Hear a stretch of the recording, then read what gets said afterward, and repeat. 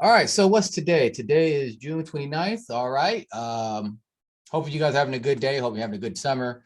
4th of July is coming up. That's always exciting. So today, your two favorite combinations. Smash and bang. You guys don't know about turquoise Jeep, Flint Flossie Young Hummer. Yeah, that was hot in the streets, at least hot in this house for, I don't know, about 12 years ago. No longer hot in the house. Ham and burger, or hamburger and fries, ketchup and mustard, peanut butter and jelly. The two things that match, because you never got two things that match in this house. Damn. OPM, other people's money, and fast marketing and fast sales. Extremely important. Here's the thing. A lot of people get into land, or I should say wholesaling and other forms of low-cost real estate, because they think they don't have access to capital to be in a position that gives them more leverage. So they do the wholesaling thing where they find a buyer and they find a seller and they try to marry the two, coming in with nothing to really offer besides, hey, I took some time to find two people that may or may not want to do a deal together. However, even if you don't have your own money, you can still take advantage of other people's money. So what we're going to talk about today is, number one, using other people's money, how to get it, and what you need to do to sell quickly. Now, this fast sale stuff doesn't matter if you're using other people's money or not. It just matters that you sell quickly. So whether it's your money, it's somebody else's money, you're getting the ROI ASAP, and everybody's happy in that situation. So before I begin, everybody can hear and see me okay? We're all good, you know, making sure everything is all good and technology is working for me. All right, so let me give you guys a quick story. So my first example, or my first experience with using old people's money, is I used a funder. Reed's a part of this group. It was a great experience. So like at first, I was looking to buy some property. I hit up a person. I was ready to pay him about the $7,500 or whatever it was that I was offering. And it turns out this person actually had 3 lots. They're all worth the same thing because there's 3 equal sized lots that total up to 2 acres. And I'm like, oh, well, I want them all. I don't know how I'm going to pay for them all. See, back then, I didn't realize how much other people were looking to get into the land game without actually having to do the land investing. They want to find somebody like you or an expert in this field, give them the money and let them invest and then get a small return. And usually the return is much better than what they would get if they did other forms of investing.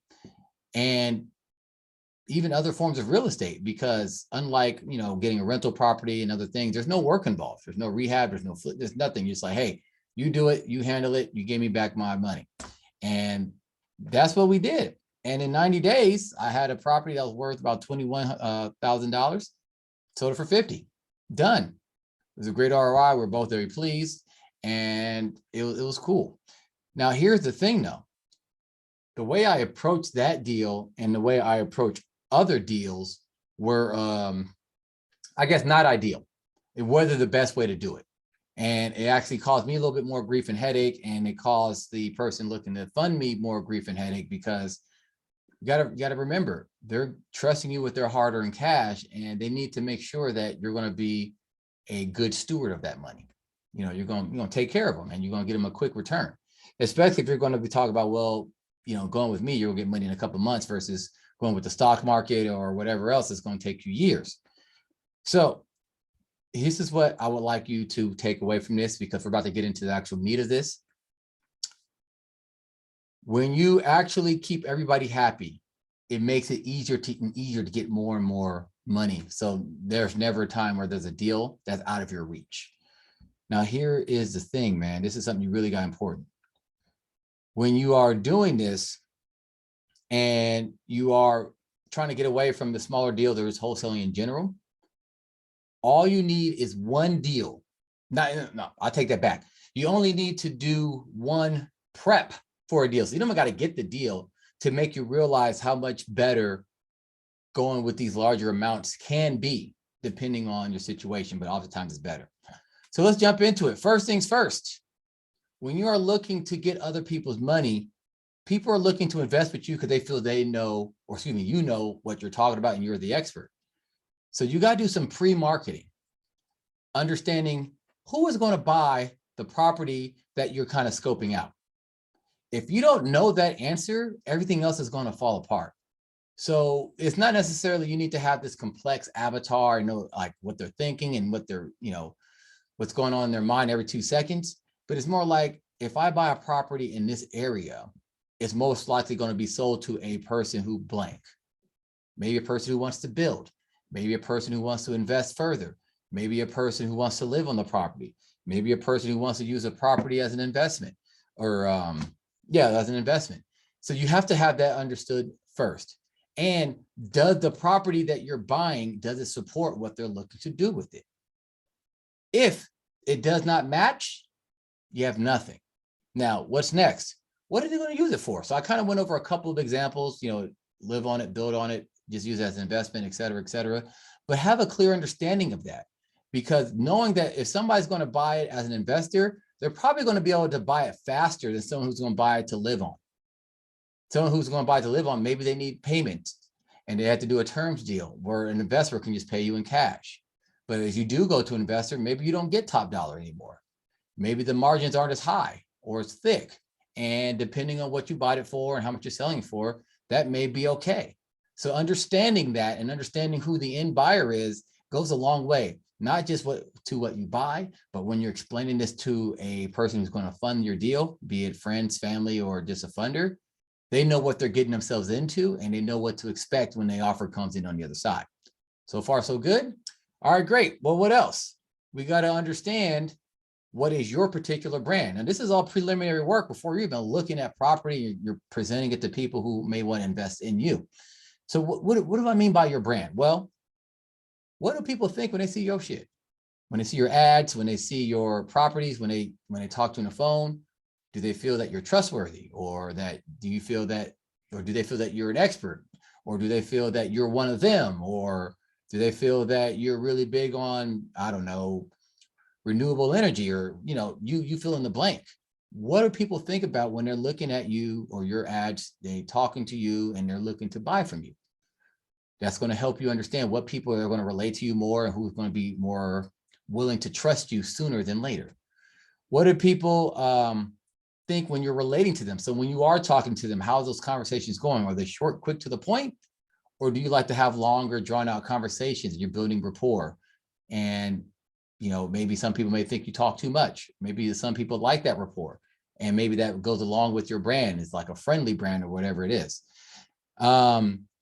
Maybe you're thinking about how they should be feeling as they're dealing with you. What type of emotions come up? Should it be all business as usual? Should it be like, hey, it's like I'm buying for my best friend? Should it be like, I don't know if I trust this guy? Hopefully it's not that. But those are all the things that you should be thinking about. What type of slang and topics you talk about when you're selling the land. It's not just about the land itself, but it could be for the use cases. So for example, if you're going to sell the property to someone who's going to be into off-roading or something like that, maybe you're talking more about dirt bikes, quad racers, ATVs, four-wheelers, all these other things, because even though you're talking land, the reality is they're buying this land so they can use those types of vehicles on the property. So maybe it's that. And if you can kind of relay that, hey, the properties I have do well with those, with your use cases, then it kind of like, okay, this guy understands me. I trust him a little bit more. And then also think about the different types of property sales. Is it infill lots? Is it large acreage? Is it for recreational uses? People are going to hunt on it. All of that kind of comes together.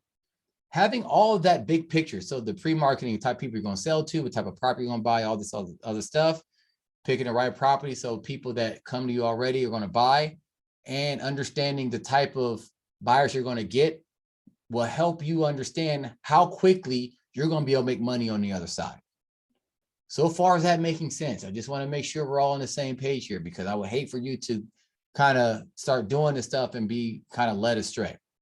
Now, after that, now you can start to understand, who should I approach to actually invest in me? And what I mean by that is you got a couple of options. Your first option is you can go to friends and family. Now, friends and family, they're going to be a little bit more understanding of basically you and how you like to work, because they know you and they trust you for some reason. Maybe you're not trustworthy, I don't know. But once they trust you, they're going to give you their money. But here's the thing about dealing with friends and family.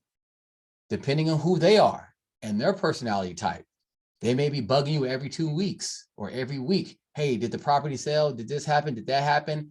And they may not understand the process, how the whole thing goes. Even when you explain it to them, sometimes they get nervous. It just depends on the amount of money. It depends on their personality. It depends on things like that. But in general, when you're dealing with friends and family, even if they do bug you every week or every 2 weeks or whatever it is, they're not going to like necessarily get so angry with you that they like going to like try to bring you to court or something, even though they can't really do that. But, you know, it's not going to be that big of a headache. However, a lot of people do feel there's more pressure to perform when you're dealing with your loved ones. Now, everybody feels that way, but a lot of people do, because they don't want to let their loved one down. They don't want the family talking trash about them and gossiping about them.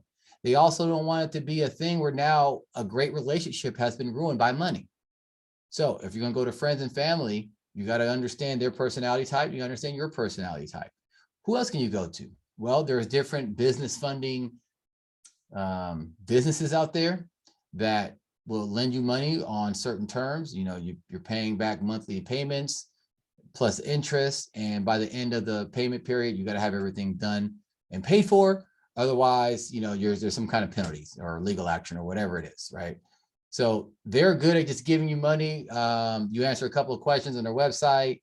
You sign some documents and paperwork, and next thing you know, they submit your paperwork to like the actual bigger lending institutions. They work out a deal, and you can get money that way.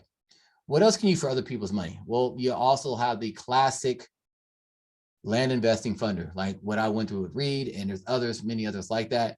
Now they're all different, but in general, what happens is you present to them like, hey, I got some property I want to purchase so I can sell it, I can flip it, whatever it is.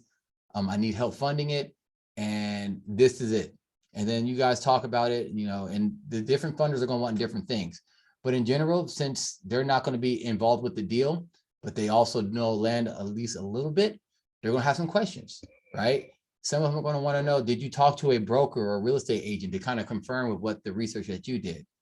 Did you show me any comps? How old are these comps? Now, what about your individual skills? Things like that. Now, after you go through and you guys figure out everything, what's going to happen is you're going to sign a contract. And usually what's going to happen is once you guys decide to do that and you buy the property, it's probably going to have to go through title. You're probably not going to be able to self-close unless they really, really trust you. But both of your names will be on the deed. Their name because they're putting the money up, and your name because you're the one selling it as well. So, you know, you both have interest in the property. Sometimes it'll just be your name on the deed, but there's going to be some way where they tie themselves into the deal. So you can't just sell it behind their back and then cut them out, even though they paid for it. I don't recommend doing that anyway. That will really make your career really short, but you know, whatever.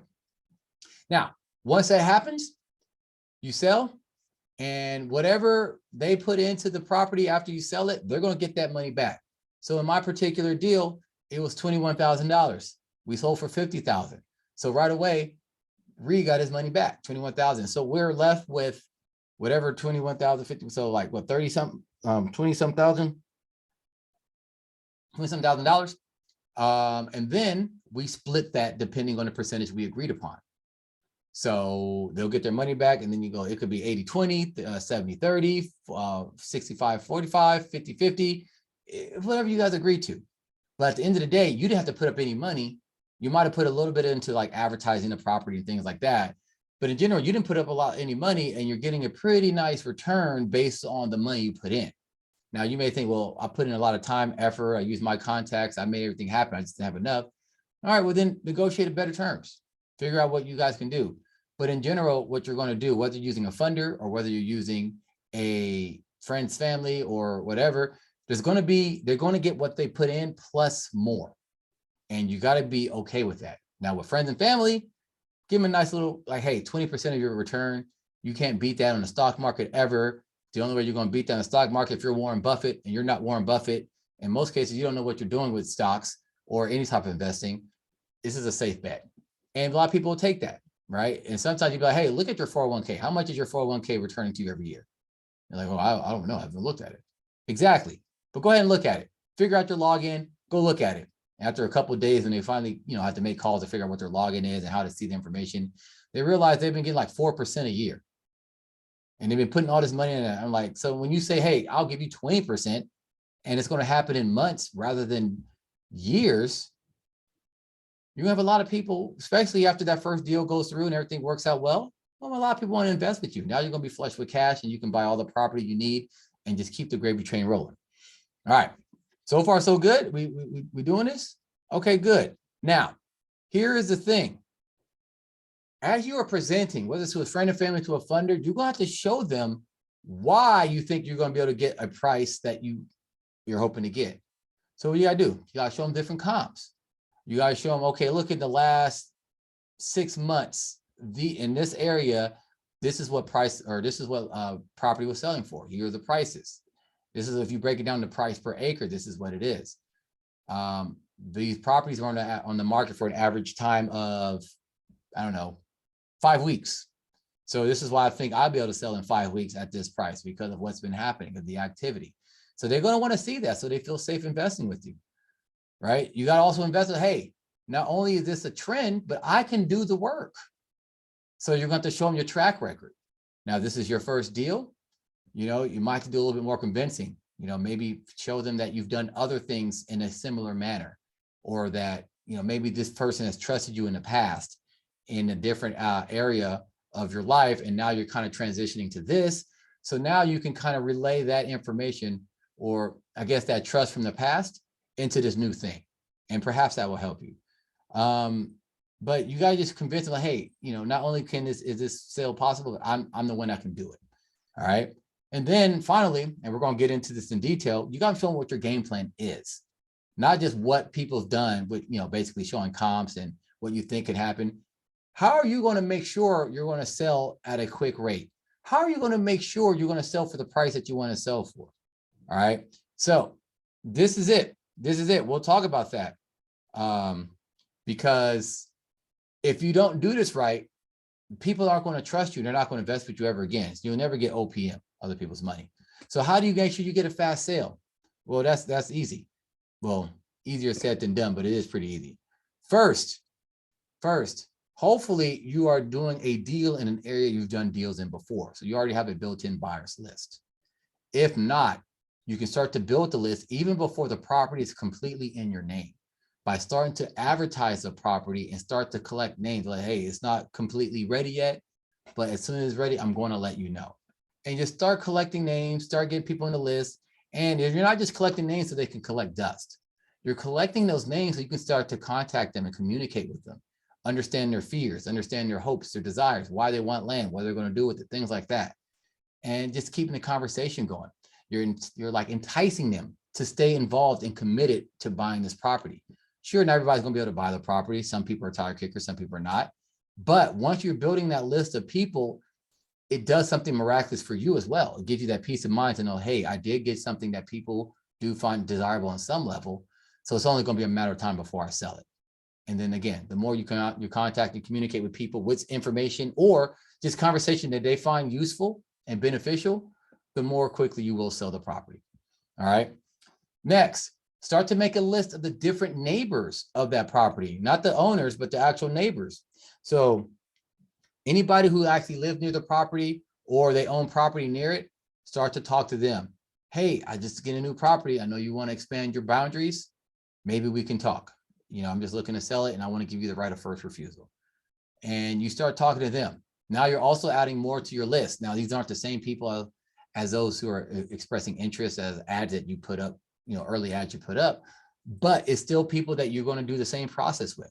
Talk to them, check in with them, make sure they still want to buy, see what they're hoping to do with the property, all that good stuff. It all works, right? So you're just looking at different sources. Next, you can look at other people who bought property in the general county for cash. Cash buyers could be other investors. They could just be people who have money, and anybody who's buying property in cash, even if they only intended to buy that one property, whatever they bought, if you present them with another opportunity, now that they already have that first property, there's a good chance they'll at least consider it. Like, I didn't realize how easy it was to get property in this area.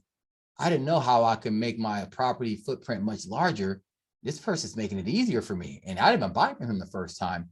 Boom, now they're in it. Same thing. You put them in that list. You keep nurturing that lead. You talk to them, you communicate with them, find out what they're trying to do with the property, all that good stuff. And then based on what they're saying about what they're trying to do with it, give them information and interesting things that entertain them about what they're doing. So again, going back to my example, if they want to use this recreational property, like for four-wheeling or whatever, send them stuff about four-wheeling. Hopefully you're sending them stuff that is entertaining and stuff they want to read and stuff that's relevant to their interests. So it can't just be any old four-wheeling like article or blog post. It's got to be something that they mention, like, yeah, I'm doing this, I'm doing that, blah, blah, blah. And you could like, oh, okay, great. You send them that information like, hey, I saw this, I thought about you. I'm wondering if this is what you were talking about. Oh yeah, this is what I'm doing, and then people get excited about that. And it just kind of makes their mind wander about what it's going to be like once they have the property. Now, once you have those people, you have different cold traffic as well. So you already kind of put up some preliminary ads to start building that buyers list. So you're putting that on Zillow, land.com, Facebook buy and sell groups for sure, Facebook Marketplace, Craigslist. And if you're really good, you can do like a pay-per-click ad, some paid traffic. Don't recommend paid traffic if you're new to this. Those other things are all free except for land.com. And they give you great leads. Now the Facebook leads are kind of, but again, having all these people inquire and people that you can follow up with and communicate with, not only does that make you feel better, like, look, what I have for sale is desirable. It keeps you from freaking out, but you can also use that information to kind of help you refine your ads, refine what you're saying to other people from all these different conversations. And it's going to help you just get better at the whole craft of marketing that property. All right, running out of time. So now what I see a lot of times, especially when people use other people's money, the problem that they have is they try to just set and forget it, like they're going fishing on a summer day. They put their line in the water, they put their hands around their head, and they take a nap, hoping that a fish will nibble, and they'll just start to reel them in at that point. When you're using other people's money, you can't do that. I guess you can, but I don't recommend that.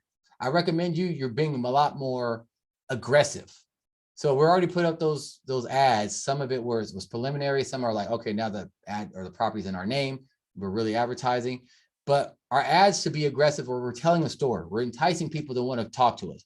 We're enticing people to want to call us.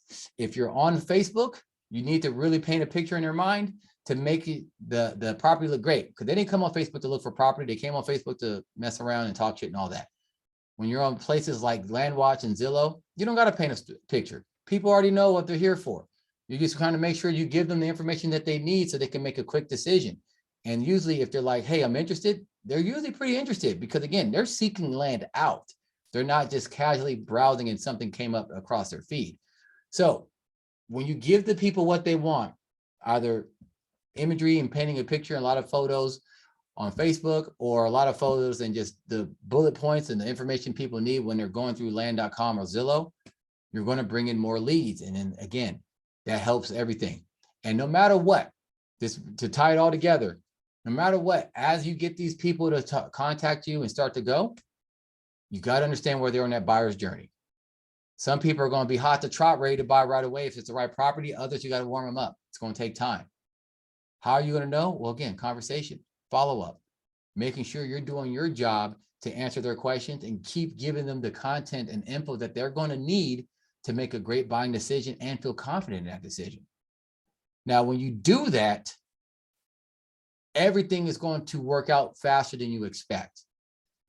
And when that happens, and you're like, sorry, this one is sold, this property is sold, can't help you, but I will get another one in soon. Now you have an incentive to go back to that same person that funded that first deal. Hey man, that property sold. You saw how quick that was. I got more people that I attracted from selling that property. I got another one on the hook. Are you in or out? And of course, they're going to be in. And now this time, if you want, you can actually lower the percentage you give them. Okay, instead of 20%, maybe it's 18%. Maybe it's 15%. Or you keep it a G and just stay, we'll keep the same deal. So everybody's happy. Now, when you sell quickly, everybody wins. You get your payment. You get 80% of that. You didn't have to spend a lot of your own money. The person who invested with you gets their ROI back, so they're happy with that. The person you're buying a property or that, you're buying a property from, they're happy because they got their cash quickly. And the person you're selling to, They're happy because you gave them the property that they wanted. It's a win-win-win-win. Everybody wins in that situation. So this is very important. When you're using other people's money, you got to have a marketing plan. They have to understand that marketing plan, the person who's funding it, and you got to execute it every day. And if you do that, not only will you sell quickly, but you keep everybody who invested in you off of your back so you can just do your job in peace and we all win. All right. So remember, earlier I said it only takes one plan or one deal, or to plan one deal with higher numbers to not want to do the small stuff anymore. Are you starting to see that? Now, notice the things that I talked about, it's not complicated or difficult, but you got to be strategic. You got to be intentional. You got to want to do the work. It's not a lot of hard work and it's not going to take a lot of time, but you can't haphazardly go and just be casual about this. You got to actually go for it. Following up with people is not hard, but it does take time. It does take effort. And you got to have a game plan in place to do so. Without the game plan, you're just going to be bothering and annoying people by contacting them and have nothing to say. So here's the thing. If you're not taking land seriously, you're not going to be able to use other people's money. You got to take it seriously. You got to take seriously your research, your comping, your negotiation skills, not just negotiating to get the property, but to find people who want to invest in you so you don't got to use your own money. And then your sales and marketing skills. You got to take it seriously. You got to study the grades. Now, if you're having trouble taking things seriously and you want to take it seriously, you need some guidance, you need some help, or perhaps you want to know my foolproof marketing plan because you already have used other people's money. Well, you should book a call with me. We can go over the whole game plan of how I can help you become a better land investor, how I can help you make, I don't know, up to 6 figures, depending if you follow the other people in my group. That's what they're looking to make, and a lot of them are on track to do so. So if you want to join that and want to do the same thing, I will put a link in the description where you can book a call with me. We can go over a game plan. I'll share my screen with you. I'll show you why I'm saying what I'm saying and show you all the different things. And then even if you don't want to work with me after the conversation, that's fine. You still have a game plan that you can implement on your own or with somebody else. So other than that, now you understand how to use other people's money. You got to make them feel comfortable giving you money.